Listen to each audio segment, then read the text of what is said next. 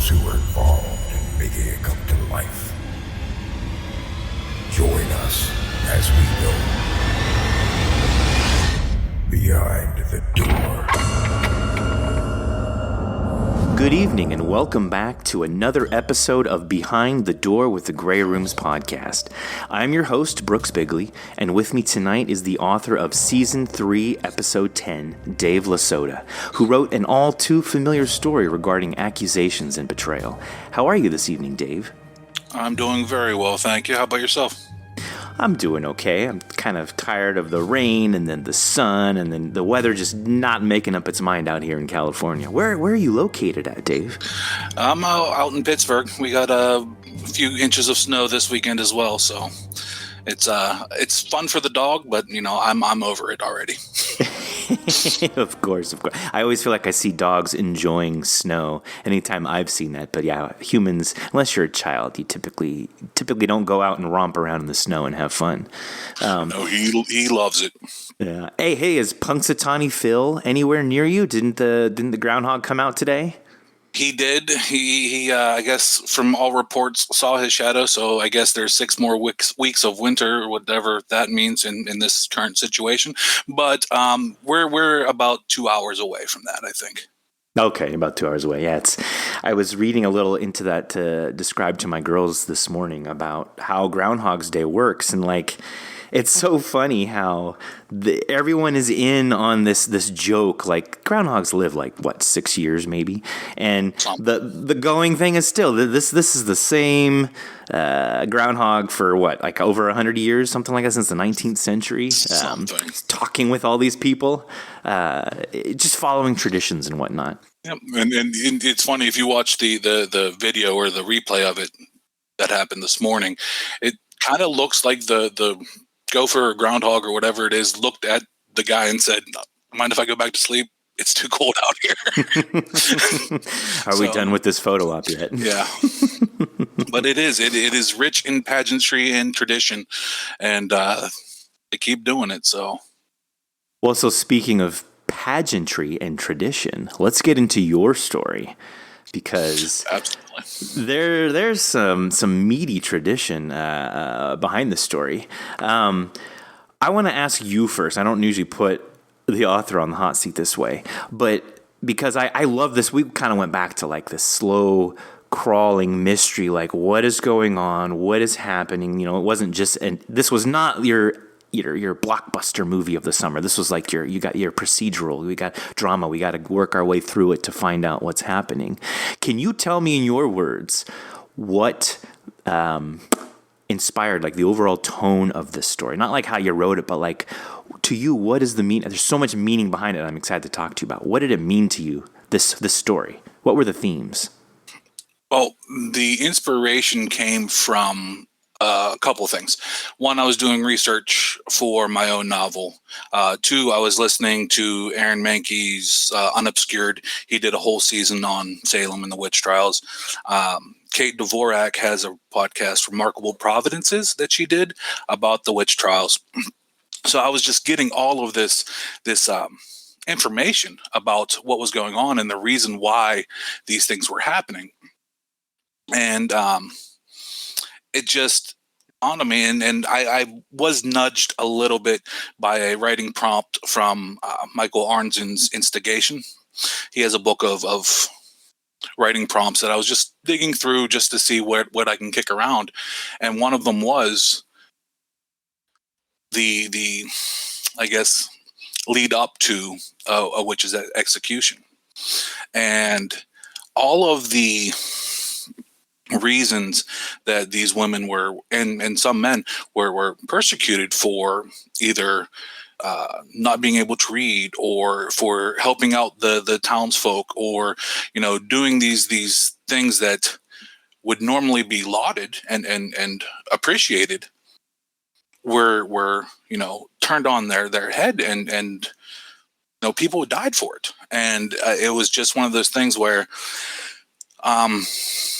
I was trying to get a slower burn, so to speak. I kind of want to play it closer, and I whiffed on it because I wanted to try to get it to the point where, okay, this woman is going through and know, telling what she did for the town, and then at the end it turns on that she's actually being condemned for what she had done.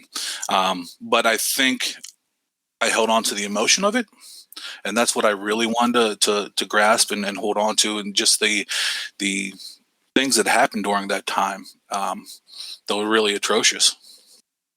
Right. Yeah. Oh, you also did a great job at just little things, like we find out her tongue is gone. We find out her left hand is missing. There's the reference to she can't read the parchment paper. Basically with the accusations written on it. I'm assuming, and yet throughout this process of ultimately unfolding what has happened to her as well as what's going to happen to her, she maintains her composure. She was never upset. She was never angry. She didn't seem to blame anybody the way that everybody was blaming her. Oh, there was so much emotion in this story. Wow. Did you write it from beginning to end? Like, how did you determine the structure for this walk, basically? This story is about a walk. It is, and it was pretty linear as I wrote it, and I was trying to interject things that, again, the folks that were what's the word am I looking for? The people that were accused of doing these things, actually, midwives, just because she lost one child out of the entire brood was her fault, right? If there was any issues with the harvest, if there was any issues with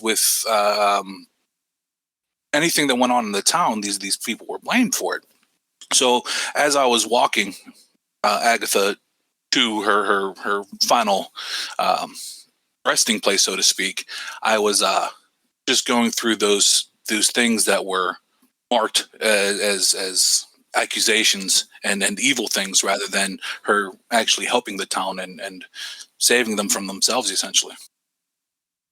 All right. Now, is there any bit of you in this story? Like, for me, after hearing it a few times, something that I kind of pulled out of it too, it made me feel almost like throughout certain paths of my life, when I have helped out other people, people have been gracious in ways that I am able to affect them, make them feel better about something. And someone else, i.e., let's say the mob, not you, the not you, the other person, when they are not having a good go at something, to then do the opposite and then to blame you for that and to like cause a I've had those kind of interactions with people throughout my life. So like, is there anything like that with you? I think I've played both sides of this. There are times that, yes, I've gone above and beyond what I think to help people either through a tough time. There's things in my past that I gave my all to and wasn't necessarily reciprocated, or my efforts to help weren't seen as such. My efforts to help may have been seen as being controlling or trying to manipulate, which it wasn't. My intentions were strictly in the sense of trying to help. But I've also been on the side of, misunderstanding other people's intentions, if that makes sense. So I'm not necessarily sending people to the gallows or to the stake, so to speak, whenever that happens. But I've also been in the situation where, upon reflection, I said, "Oh man, I missed that." Right. In hindsight, yeah.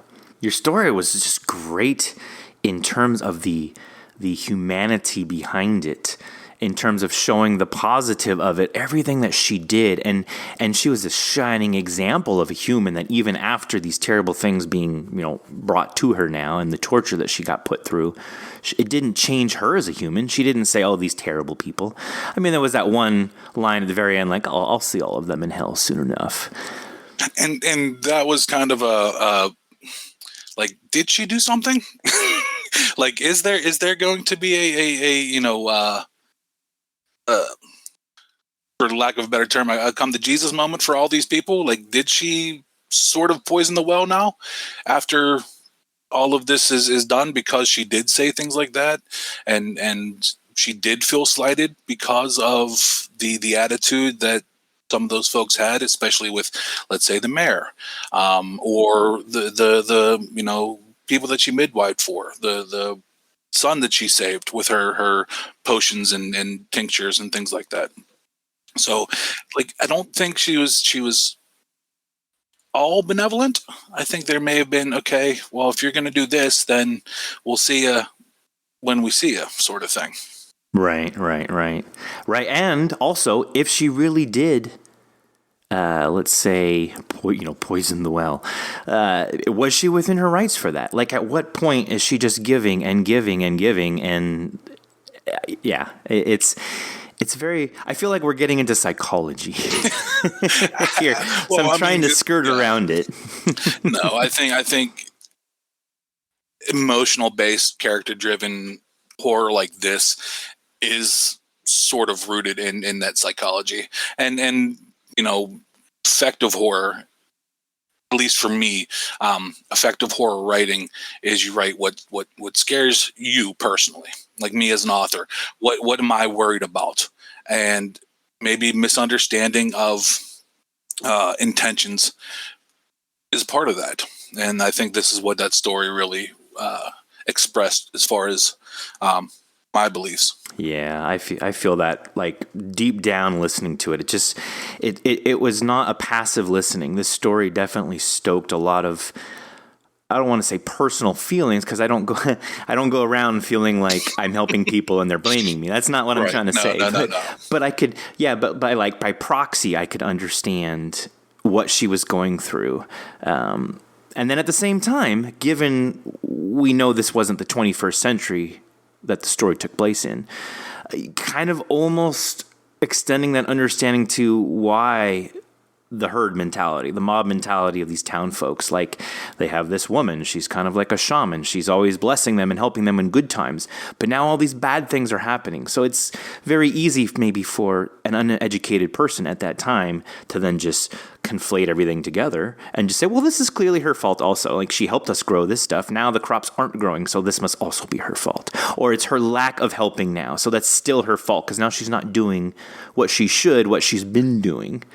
So. Right. The crops are failing because she isn't helping us with the crop. So, and probably one of the more insidious things about that time, and which this really doesn't take into consideration, was they were blaming their neighbors. They were blaming the people that they knew their entire lives. Where, yeah, it might be a little bit easier to blame someone that lives on the outskirts of town. That's, not necessarily in the center of the social aspect of the town, even though that she's the go-to whenever anything goes wrong. Someone's sick, someone is needs something for whatever reason, that she's the go-to. But she's easy to blame in this story because she's on the outskirts or on the fringe, so to speak, physically. Whereas the actuality of it back then was these were neighbors blaming neighbors. Right. And because they didn't know anything else outside of that. Like, yeah. It goes back into the herd mentality of it not being a rational response, it becomes an emotional response. Yes. But it works when it's a positive emotional response, because clearly it's not rational that you mix some herbs in a cup and you're going to bring people back to life. That's not rational. It's emotional. If maybe they were just suffering from, some kind of fever that laid them out, and we know this now in the 21st century, but they're laid out with a fever, and then maybe it just happened to be a specific kind of herb that brought the fever down, which brought the person, suddenly to become healthy again. Like, right. Just rife with all this miscommunication and misunderstanding, both positively and negatively, and it all came together into a big giant powder keg in your story. And clearly, throughout history, this really happened. This wasn't just you making this stuff up. No, this is loosely based on real events. Well, not really loosely, it kind of happened. Besides the fact, I think most of them were hanged here versus burnt. Right. Yeah. What is that all about? Like, did you do some kind of research further into this? Like, I know that, like, there's the old, the old story of, like, okay, we think you're a witch, so we're going to throw you in the river. And if you sink, well, then you were never a witch, but you're dead. But if you float, clearly you're a witch, so we're going to kill you anyways. Right. I mean, the podcasts that I mentioned earlier go into some of the lore behind of how to detect witches and witchcraft, and marks on the body, and like you said, if they float, they're a witch. If they sink, well, she's not a witch, but she's gone anyway, right? Or they're gone anyway.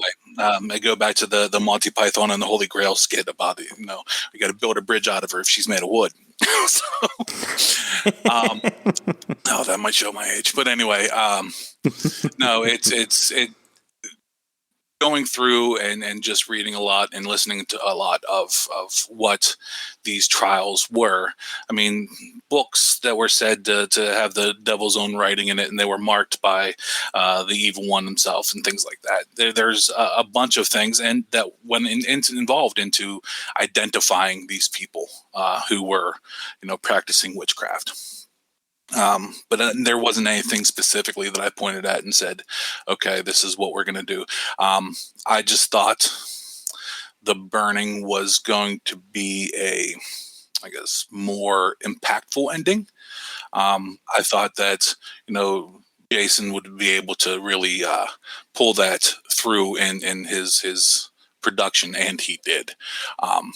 And Krista was phenomenal in playing Agatha, and I couldn't have asked for a better performance than what she did. So she really did a fantastic job, just bringing her to life and sending her off. Yeah, I love that it's so.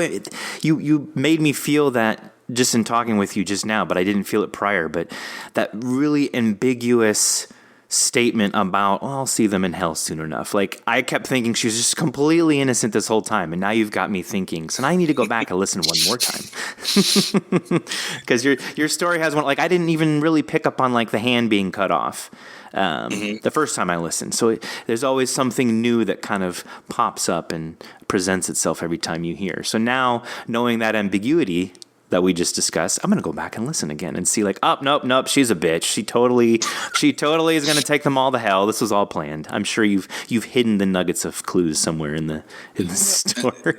Well, but the ambiguity is a part of it. It's did she do something, or right? The people that can't look at her, even the sense of was it remorse or sorrow on the face of the mare at the end. I think that some of these folks in this town knew they were doing wrong, but didn't want to speak up. Mm-hmm. And so... And how many of them were afraid? Like, they were fearful. Like, is she going to eat me? Is she going to... Like, the naive fear, basically. Right. And it's one of those things where what's the saying goes is the only thing you need for evil to win is good people not to speak up. Or is good people not to do anything. So this is a situation where and maybe that, I guess that remorse, or that, the fact the people that weren't watching, they were there, but they weren't watching. They have a little bit in their soul, a little bit of that in their soul now. And maybe that is what's going to drag them to a similar place that they believe Agatha's going. Yeah, that makes sense. I would just think that they, at some point, would realize that they just had used her. Like, they just used and abused her. She was literally a vessel that they just sucked everything out of, and then started to destroy it because they were upset with her. It's just, your story really fucked me up, man. Well, thank you. Yeah, in a good way. Thank you, and I'm sorry at the same time. No, I think that if anything, it causes folks to reflect on a little bit of what they are, how they see things, and where their intent lies, and where the people that are doing the helping, so to speak, where that intent lies as well. Mm-hmm. Mm-hmm. Yeah. So now, outside of this story, mm-hmm. What do you typically write? Do you write other horror stories? What? How does horror live with you? I mean, right now I am kind of in the horror mindset, writing most of that. I have a goal this year of submitting at least one story per month to different. I want to branch out a little bit and get my work out there. Even for the site that I write for, horrorbound.net, I do a lot of horror book reviews and some, I guess, real true crime, true horror sort of articles, like Marcel Petois, and I'm writing one on the Erickson twins right now. But just some of the things that are horror related or even horror adjacent. Though the new book that I'm working on is kind of a fantasy horror hybrid that I'm trying to do. We'll see how that plays out, but we're in the beginning stages of that. Our last author, Samantha Mayotte, also was into kind of like the fantasy horror. So that's got to be an interesting. I never really thought about merging those genres before. Reading a lot of Barker right now to get those kind of genres to match. I think it can be done. I think it can be done well. It's just going to be. I have my villains. I like the way they're shaping up. I have my protagonists, so to speak. I just need to know what they need and where to move them. So it's a fun process sometimes. Now, when you said you're going to submit a story a month, do you mean like short stories? Do you mean to other anthologies? Do you mean to podcasts? Like, what do you plan to do with stories?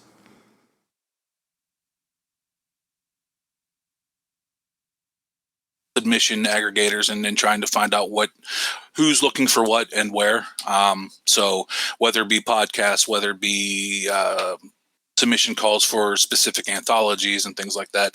I'm just in a write and submit mode sort of mood right now, just to get this as less of a hobby and more of a not necessarily a business, but just trying to do more. Right. Spread yourself out a little bit more and just kind of make it more solid. Yep. So what do you find yourself writing though? Like what avenue do you typically find? Is there a pattern that you find yourself writing in? So I do have a couple in the hopper for season 4 here. And what I did for that one is I kind of went through the catalog and said, how haven't people died yet? So trying to, be unique in that sense. And try to different genres. You gather inspiration from everywhere, whether it be YouTube videos, whether it be just conversations, whether it be just kicking around ideas in a group chat for whether it be the Discord for the Grey Rooms or my personal sites chat. I mean, we have some interesting conversations about story ideas, and we pull from everywhere. Whether, again, like I said, it could be walking down the street and something creepy happens. Ooh, that'd be kind of a cool story, right? Dreams, obviously, you can pull from. So I don't necessarily have a niche, so to speak. Like I'm gonna write nothing but slow burn A24 style horror. Right. Though, I mean, last season's story was a little bit emotionally driven as well. I have some fun stories that are. That's what I was going to get into. Like, I wanted to say, like, hey, maybe emotion is not your niche, but like definitely one of the avenues that you gravitate towards. I like to pour a lot of that in there because I want to make people feel. Because I think that's one of the reasons why people get into horror in general is because there's that feeling, right? That if it's a jump scare, you have your heart racing and your pulse quick and that sense of being alive. Or sometimes, sometimes you just need to feel something different.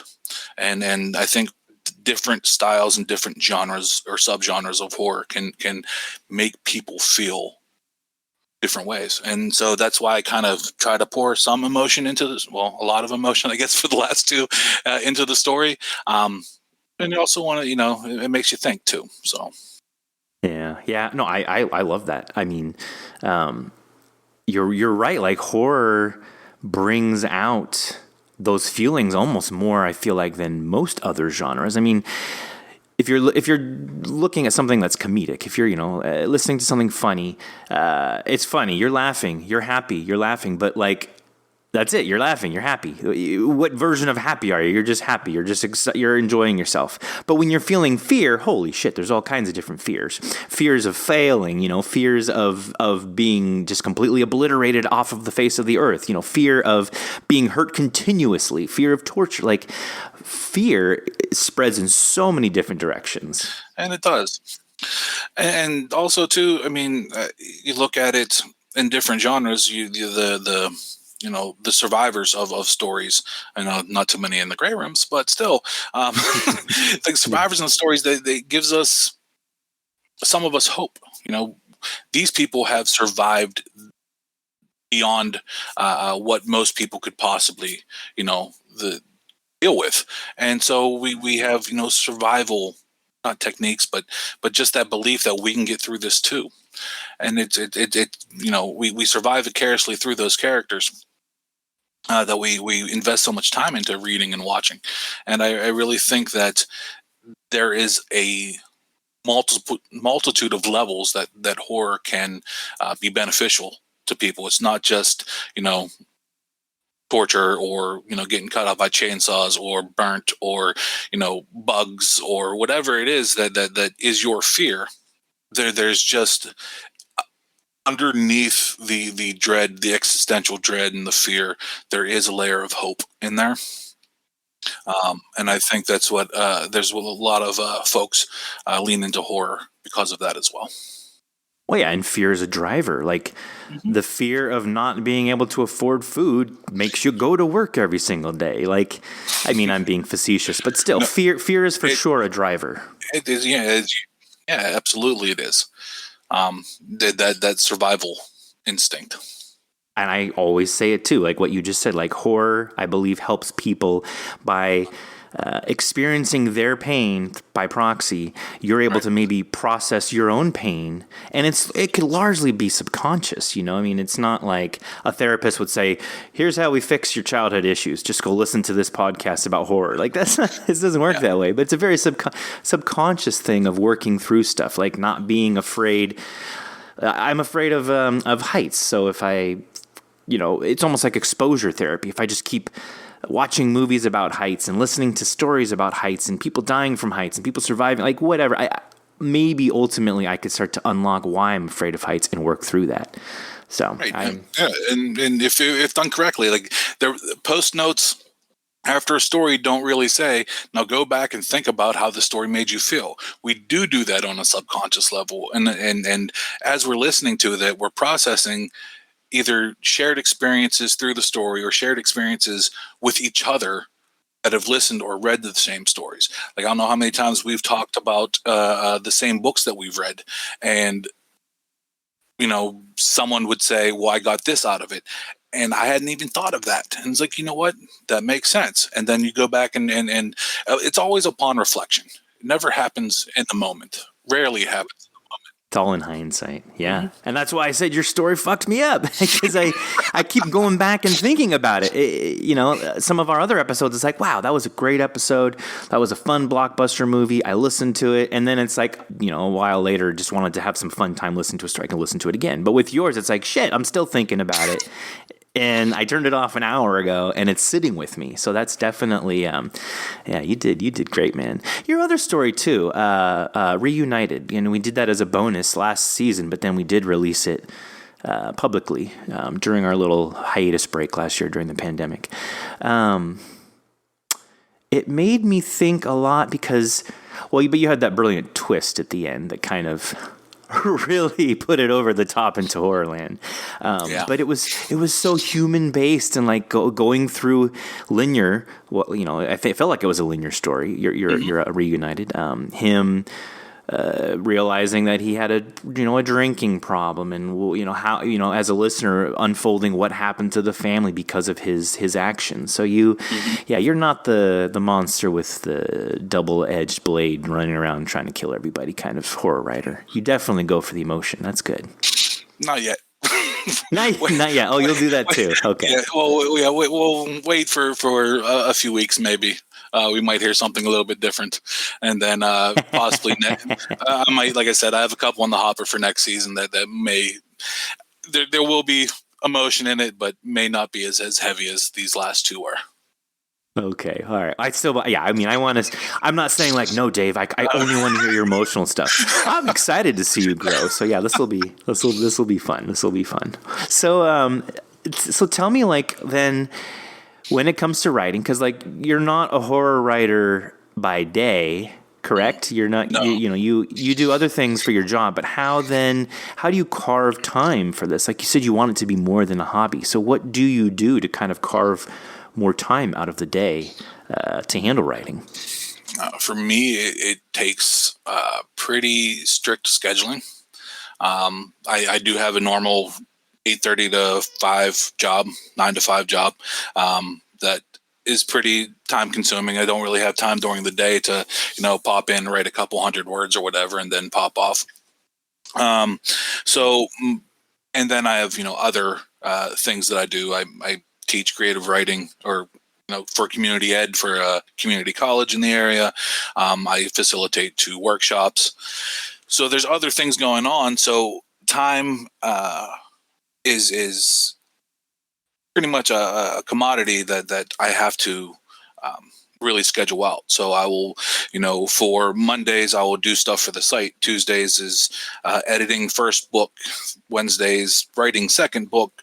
Thursdays, short stories, stuff like that. So do I hold to that schedule stringently? No. I'm going to be honest with you, because things pop up and that's what he said, life is in session, so to speak. So whenever things pop up, but having a rough outline of where to spend time. And this is also, with life in general going on, it's tough sometimes. I just try to do my best and get the words down whenever I can. You look for motivation anywhere you can. My workshops or critique groups are great for that. If you have, even if it's a partner, someone that you can stay accountable to, where you either trade words, either actually trade the work so they critique it, or just saying, hey, I got 500 words today. I got 200 words today. I opened a Word document today. Whatever it is, it's just sometimes, like I said, the motivation isn't there, and you need a nudge occasionally, and the right people and the right group will help with that. Yeah, do you sometimes feel, I want to avoid the classic writer's block question, but just, because there's got to be a gray area in between. Do you sometimes just feel less motivated than normal, or you're just like, wow, today I just can't seem to flesh out this character properly? Does that happen to you?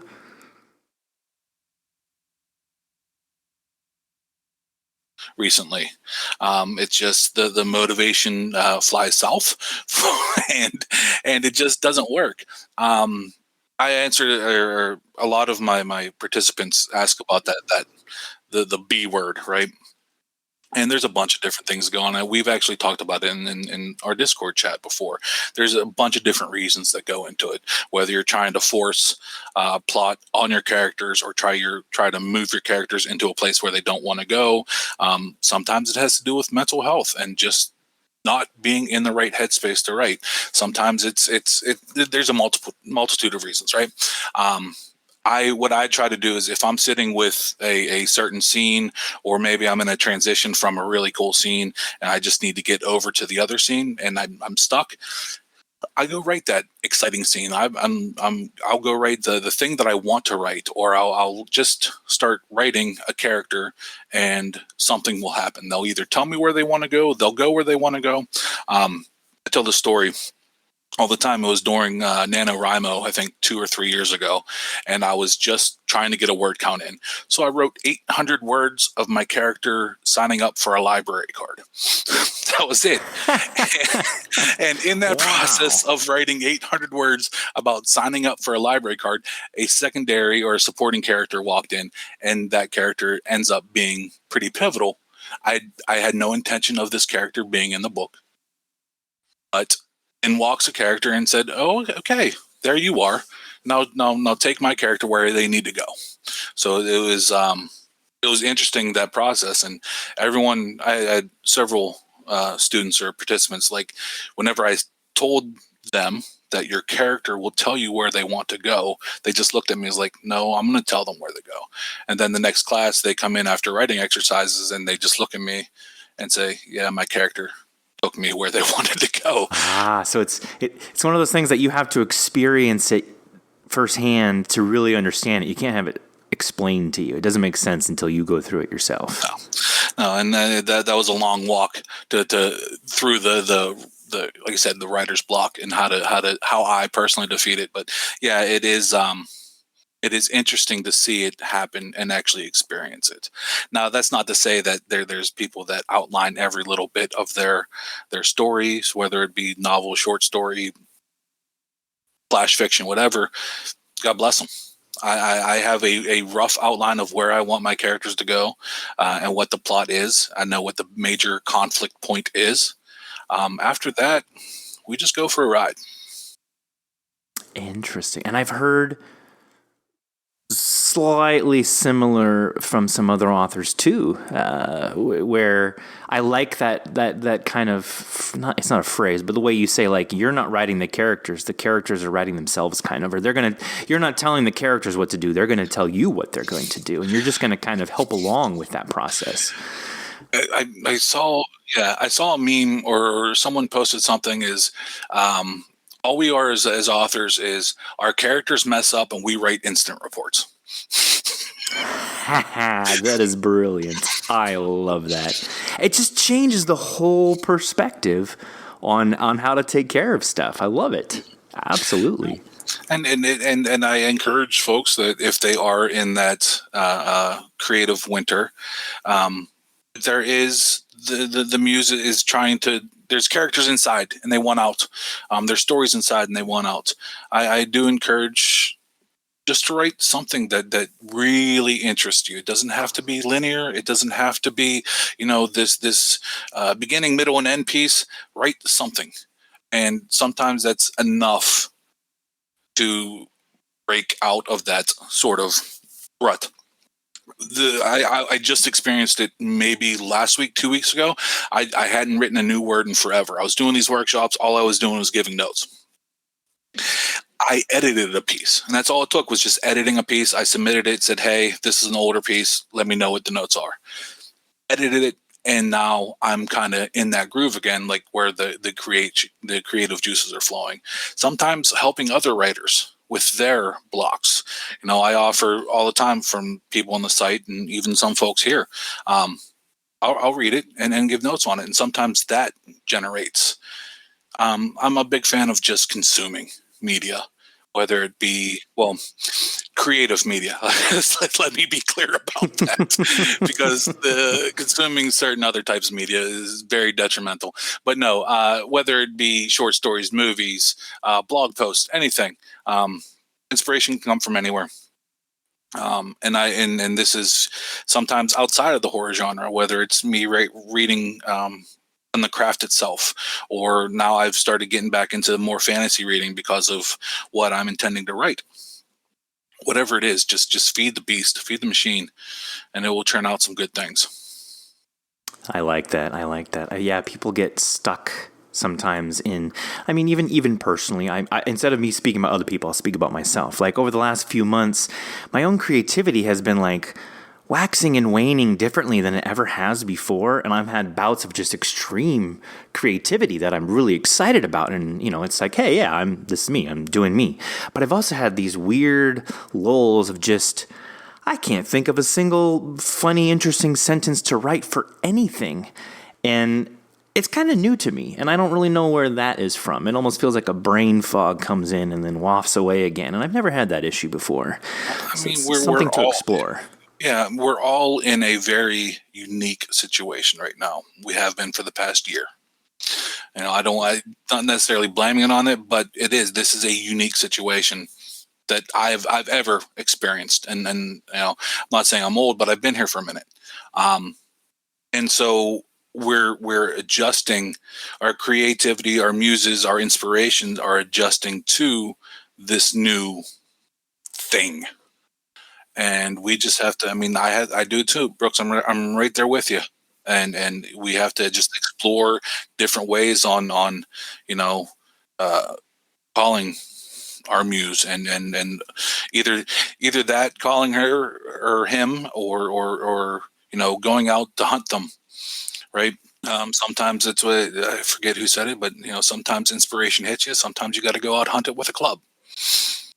I think it was Jack London. I'm not sure. I love it. Go hunt it with the club. Sometimes you got to do a lot of hunting with the club. Yes.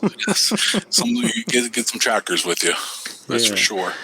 Well, I totally can see now how you teach, you know, writing this way. I mean, you're very positive about it, and like, you know, you don't give the sense of like you've got it figured out and you're just bestowing your gifts to people, but you're just like, hey, like here's how it's working for me. Follow along. Let me guide you through what I've at least learned to do here. I think I have a lot of people fooled that I know what I'm at least trying to know what I'm talking about. But the beauty of that is that every single one of us, we all have every other person fooled. So we're all fooling each other. It's okay. Yes, we're absolutely. all in on it together. Yeah, never mind that man behind the curtain.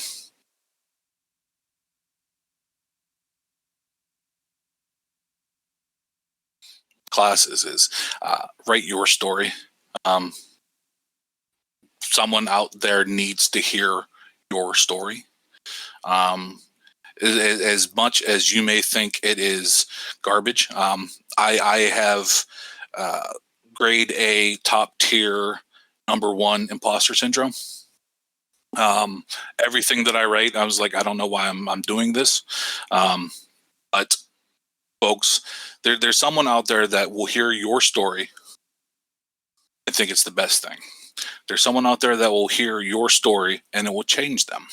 It will touch them in a way that no one else has been able to.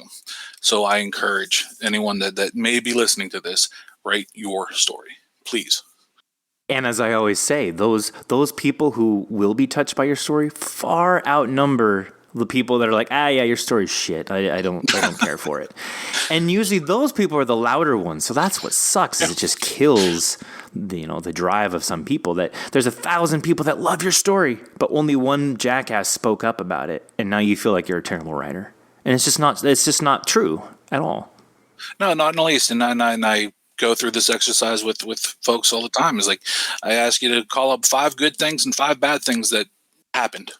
It's real easy to call back those 5 things that are bad. I don't know. There's a different emotion there that we hold on to whenever it's difficult or bad. But I do encourage to search for the goodness, search for the motivation to, like I said, someone needs to hear they need to hear it. They don't want to hear it. They need to hear it. So please, please, please write it. Absolutely. Now, speaking of searching, are there anywhere that fans and listeners can search to find you on social media that maybe, I don't know if I'm not asking, like if you offer like free writing classes, but is there anywhere that people can maybe pick up on all the stuff that you've been saying tonight in this episode? My Twitter is about the only social media that I do use. And it's usually most of it, there's no nuggets of wisdom that I post out. Normally it's just promotional stuff about the site, which is horrorbound.net. And so a lot of things like that, other like promote other authors that I've listened to or read, particularly things that really stand out to me, and then other shows that I enjoy. So there, like I said, there's no really classes or anything that I put on. I do teach for community ed for the school here in Pittsburgh, Community College of Allegheny County. But other than that, nothing really going on. But if folks want to reach out, I think DMs are open. I'm not sure, but if they're not, they can tag me and I'll get back to them. I'm open to help any way I can. I don't know what kind of can of worms I just opened up, but let's let's put it out there, right? 5,000 messages in the next hour, all asking about your success. So now you did mention books. Are these your first novels that you're writing? Have you written any novels before? These are just not ready to come out yet. These are your first novels. What's the situation? One's in the first pass of editing. One is currently being written. Both were NaNoWriMo projects, National Novel Writing Month projects. So yeah, we're working on those slowly. Just trying to get, again, that motivation, because there's always that, shiny new idea that's out there, and the next deadline that's out there that, I need to, do this, because for some reason I like to torture myself with waiting till right up against the deadline to say, okay, let me fire this one off.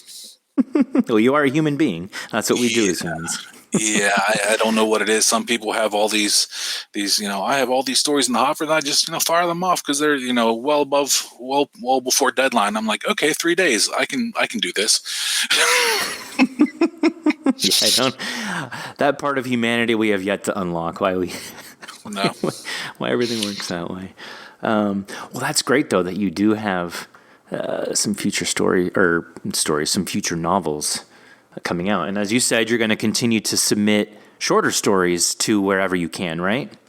Yeah, we're going to get them out there, write them, and then get them out there. I have a handful of ones that are just, milling about in the holding pen, so to speak. So let's see if I can't free range them a little bit and see who wants to read them or who wants to publish them. If not, then you might find them on Horrorbound at one point or another. Well, I was going to say, and you could package them as your own anthology also. I mean, gosh, if you have a bunch of stories you've written, why not celebrate that way? Yeah, that's definitely a possibility as well. We're kicking around a few ideas with some folks that we write with. So, okay, cool. I'd love to hear your stuff submitted to podcasts. So if you aren't doing that, if I could just nudge, wink, wink, that you submit to other podcasts too. Those are definitely on the radar. There's something different about hearing them get out. I have a wish list of folks that I would love to hear tell my tales, so to speak. So let's keep submitting to podcasts until I get those checked off. There you go. I love it. Excellent idea. Well, thanks for joining us tonight and revealing the seedy underbelly of humanity. I appreciate you taking the time to sit and chat with us, Dave, and I thank you for sharing your world with us here in the Great Rooms. Well, I appreciate you having me, Brooks, and everyone that was a part of this. I greatly appreciate it.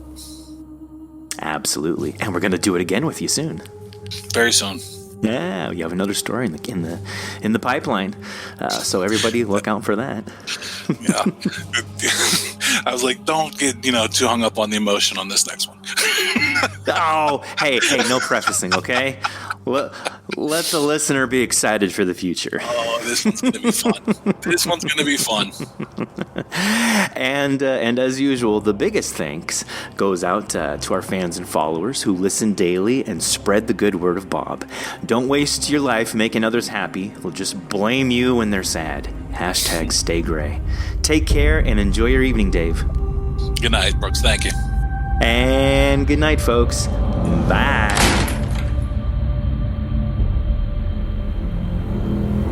Join us each week after every episode for another edition of Behind the Door.